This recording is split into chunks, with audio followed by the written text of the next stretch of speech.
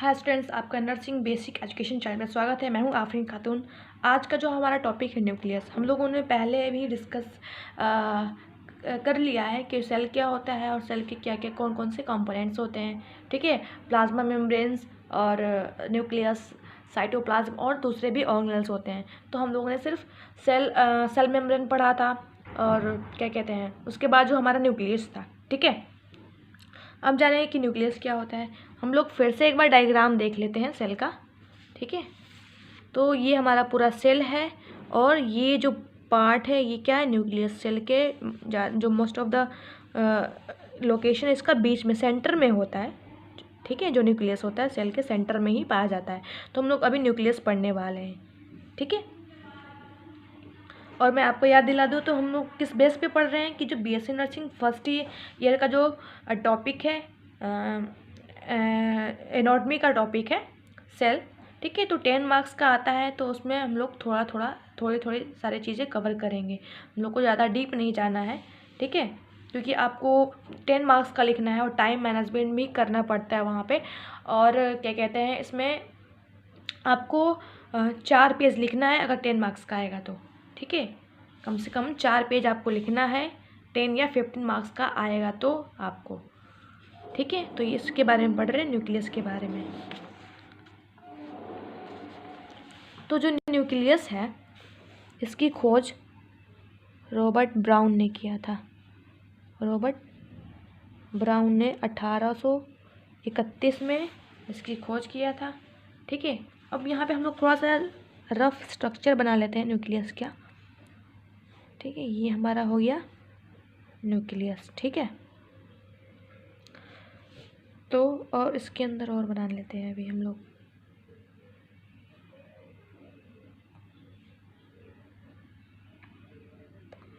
Rough structure बना रहे हैं।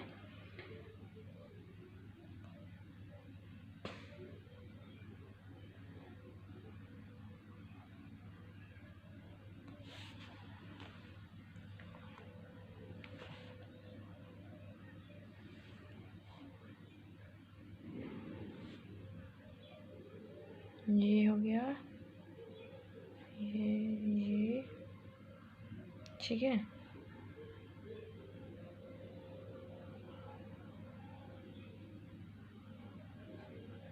और इसके अंदर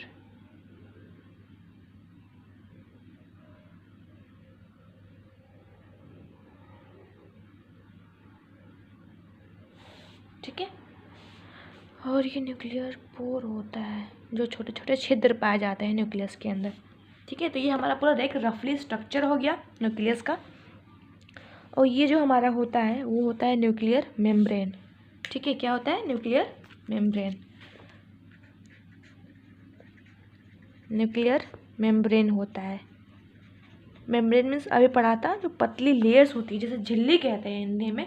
तो न्यूक्लियस का जो आउटर कवर हो गया, जो न्यूक्लियर को कवर किया रहता है, वो न्यूक्लियर मेम्ब्रेन होता है। फिर इसके अंदर जो छोटे छोटे आप पॉइंट देख रहे हैं, ये पोर्स होते हैं, तो न्यूक्लियर पोर्स।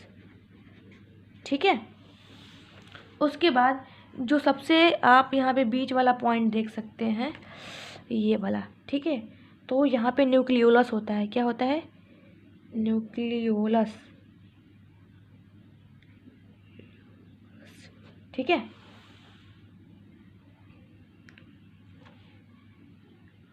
उसके बाद जो आप ये देख रहे हैं ये क्रोमैटिन मटेरियल होता है। क्या होता है, क्रोमैटिन। और ये जो एक्स शेप में हो गया, ये हो गया क्रोमोसोम। ठीक है, जो इसके अंदर ही पाया जाता है, क्रोमोसोम।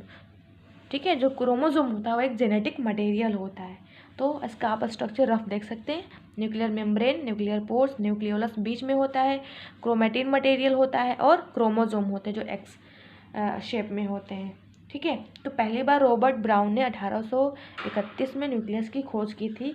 और जो न्यूक्लियस की बात अगर की जाए तो हमारे ह्यूमन बॉडी में तो पाया जाता है न्यूक्लियस, पर हमारे जो आरबीसी होते हैं और जो प्लेटलेट्स होते हैं उसमें क्या होता है, एब्सेंट होता है।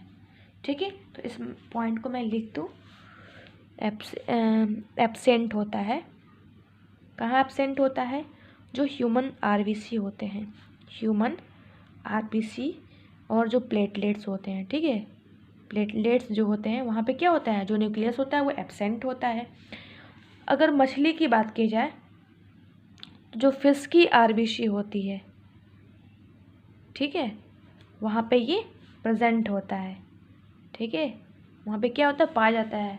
हम लोग के जो ह्यूमन बॉडी होती है उसमें जो आरबीसी की सेल्स होती है वहाँ पे न्यूक्लियस एब्सेंट होता है, प्लेटलेट्स में भी क्या होता है, एब्सेंट होता है, जबकि जो मछली होती है उसके आरबीसी में प्रेजेंट होता है न्यूक्लियस, ठीक है। और एक पॉइंट इसमें आप लिख सकते हैं, ये फर्स्ट पॉइंट हो गया। सेकंड पॉइंट कि जो न्यूक्लियस होता है वो कहाँ होता है, हमारे सेल के सेंटर में होता है, तो फाउंड इन सेंटर,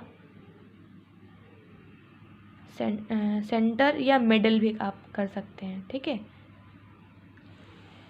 ठीक है। और इसमें आप क्या लिख सकते हैं कि क्रोमैटिन मटेरियल होता है, क्रोमैटिन मटेरियल होता है, जो डीएनए और प्रोटीन होता है, डीएनए प्लस प्रोटीन होता है, ठीक है। तो आप सिर्फ न्यूक्लियस में आप इतना ही लिखेंगे एग्ज़ाम में। न्यूक्लियस के बाद आएगा हमारा नेक्स्ट, जब सेल में एक न्यूक्लियस पाया जाएगा तो इसे यूनी न्यूक्लिएटेड कहते हैं। क्या कहते हैं, यूनी न्यूक्लिएटेड। अगर क्या होगा, यहाँ पे सेल है उसमें बहुत सारे न्यूक्लियस पाए जाते हैं तो उसे मल्टी न्यूक्लिएटेड कहते हैं, ठीक है, मल्टी न्यूक्लिएटेड कहते हैं। जैसे कि हमारा जो स्केलेटन एग्जाम्पल में स्केलेटल मसल्स हो जाएगा, स्केलेटल मसल्स, ठीक है। तो जो स्केलेटल मसल्स होता है वहाँ पे क्या होते हैं, बहुत सारे न्यूक्लियस पाए जाते हैं, इसलिए उस मल्टी न्यूक्लिएटेड का एग्जाम्पल है। आज के लिए इतना ही, और इसके आगे हम लोग दूसरे वीडियो में देखेंगे साइटोप्लाज्म। Thank you.